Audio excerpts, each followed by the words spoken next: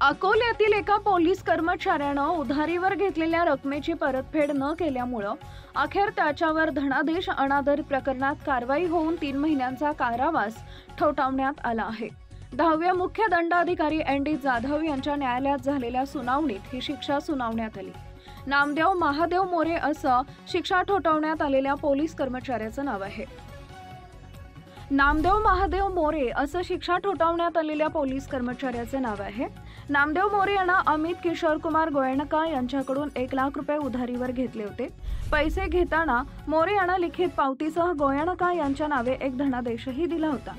त्यानंतर गोयणका यांनी वारंवार पैशाची मागणी केली असता मोरे यांना टाळाटाळ केली। यानंतर गोयणका यांनी धनादेश बँकेत लावला, मात्र आरोपी नामदेव महादेव मोरे यांचे खात्यात पुरेशी रक्कम नसल्याने धनादेश परत आला। अखेर गोयणका यांनी ज्येष्ठ विधितज्ञ सुमित बजाज यांच्या मार्गदर्शनामार्फत न्यायालयात प्रकरण दाखल केले। न्यायालयात या प्रकरणाची सुनावणी झाली असता विधितज्ञ सुमित बजाज यांनी सरकारतर्फे बाजू प्रभावीपणे मांडली।